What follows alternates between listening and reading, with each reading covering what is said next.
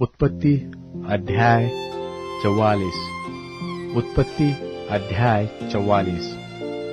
तब उसने अपने घर के अधिकारी को आज्ञा दी कि इन मनुष्यों के बोरों में जितनी भोजन वस्तु समा सके उतनी भर दे और एक एक जन के रुपयों को उनके बोरे के मुंह पर रख दे, और मेरा चांदी का कटोरा छोटे के बोरे के मुंह पर उसके अन्न के रुपये के साथ रख दे।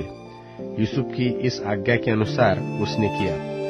बिहान को भोर होते ही वे मनुष्य अपने गधों समेत विदा किए गए। वे नगर से निकले ही थे और दूर न जाने पाए थे कि यूसुफ ने अपने घर के अधिकारी से कहा, उन मनुष्यों का पीछा कर और उनको पाकर उनसे कहा कि तुमने भलाई की संति बुराई क्यों की है?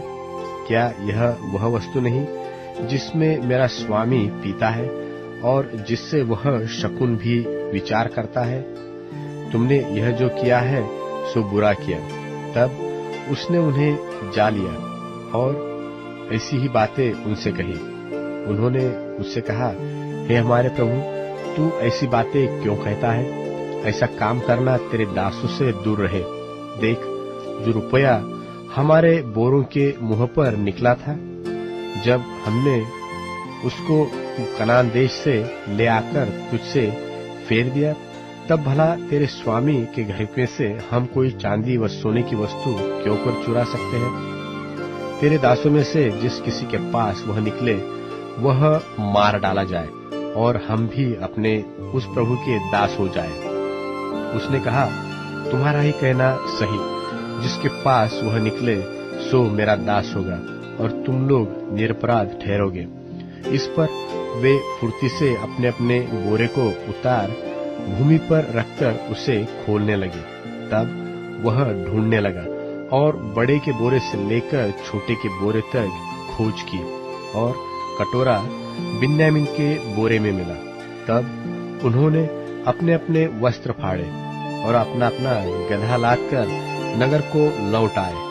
जब यहूदा और उसके भाई यूसुफ के घर पर पहुंचे और यूसुफ वहीं था, तब वे उसके सामने भूमि पर गिरे। यूसुफ ने उनसे कहा, तुम लोगों ने यह कैसा काम किया है? क्या तुम न जानते थे कि मुझसा मनुष्य शकुन विचार सकता है? यहूदा ने कहा, हम लोग अपने प्रभु से क्या कहें? हम क्या कहकर अपने को निर्दोषी ठहराए? परमेश्वर ने तेरे दासों के अधर्म को पकड़ लिया है, हम और जिसके पास कटोरा निकला वह भी। हम सब के सब अपने प्रभु के दास ही है। उसने कहा, ऐसा करना मुझसे दूर रहे। जिस जन के पास कटोरा निकलता है वही मेरा दास होगा, और तुम लोग अपने पिता के पास कुशल क्षेम से चले जाओ। तब यहूदा उसके पास जाकर कहने लगा, हे मेरे प्रभु, तेरे दास को अपने प्रभु से एक बात कहने की आज्ञा हो, और तेरा कोप तेरे दास पर न भड़के। तू तो फिरौन के तुल्य है। मेरे प्रभु ने अपने दासों से पूछा कि क्या तुम्हारे पिता व भाई है? और हमने अपने प्रभु से कहा, हाँ, हमारा बूढ़ा पिता है और उसके बुढ़ापे का एक छोटा सा बालक भी है, परंतु उसका भाई मर गया है, इसलिए वह अब अपनी माता का अकेला ही रह गया है और उसका पिता उससे स्नेह रखता है। तब तूने अपने दासों से कहा था कि उसको मेरे पास ले आओ, जिससे मैं उसको देखूं। तब हमने अपने प्रभु से कहा था कि वह लड़का अपने पिता को नहीं छोड़ सकता, नहीं तो उसका पिता मर जाएगा। और तूने अपने दासों से कहा, यदि तुम्हारा छोटा भाई तुम्हारे संग न आए तो तुम मेरे सन्मुख फिर न आने पाओगे। सो जब हम अपने पिता तेरे दास के पास गए, तब हमने उससे अपने प्रभु की बातें कही। तब हमारे पिता ने कहा, फिर जाकर हमारे लिए थोड़ी सी भोजन वस्तु मोल ले आओ। हमने कहा, हम नहीं जा सकते। हाँ, यदि हमारा छोटा भाई हमारे संग रहे तब हम जाएंगे, क्योंकि यदि हमारा छोटा भाई हमारे संग न रहा तो हम उस पुरुष के सन्मुख न जाने पाएंगे।